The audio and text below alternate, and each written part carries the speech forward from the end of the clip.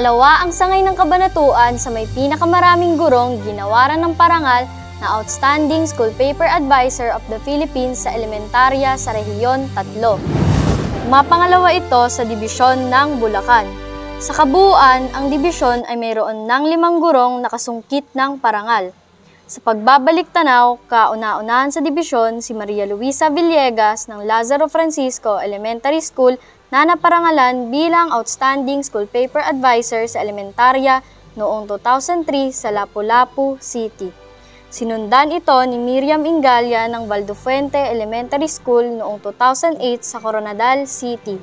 Taong 2030 naman nang masungkit ni Alan David Valdez ng Campiño Elementary School ang parangal sa Ormoc City. Sumunod sa kanya si Alfredo Esteban ng Wesleyan University Philippines noong 2018 na pinarangalan naman sa Dumaguete City. At makalipas ang 6 na taon, muling nakuha ng dibisyon ang parangal ng mapabilang sa ginawaran ng pagkilalang Outstanding School Paper Advisor of the Philippines si Mirazon Valdez mula muli sa Campiño Elementary School nito lamang Hulyo sa Cebu City.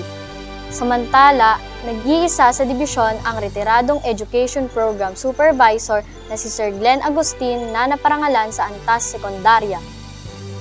Ako, si Kim Santos, Learner Reporter ng Campiño Elementary School, sa pamumumatnubay ni School Paper Advisor Mirazon Valdez at Sir Franklin Catabas, nag-uulat para sa DepEd Hour.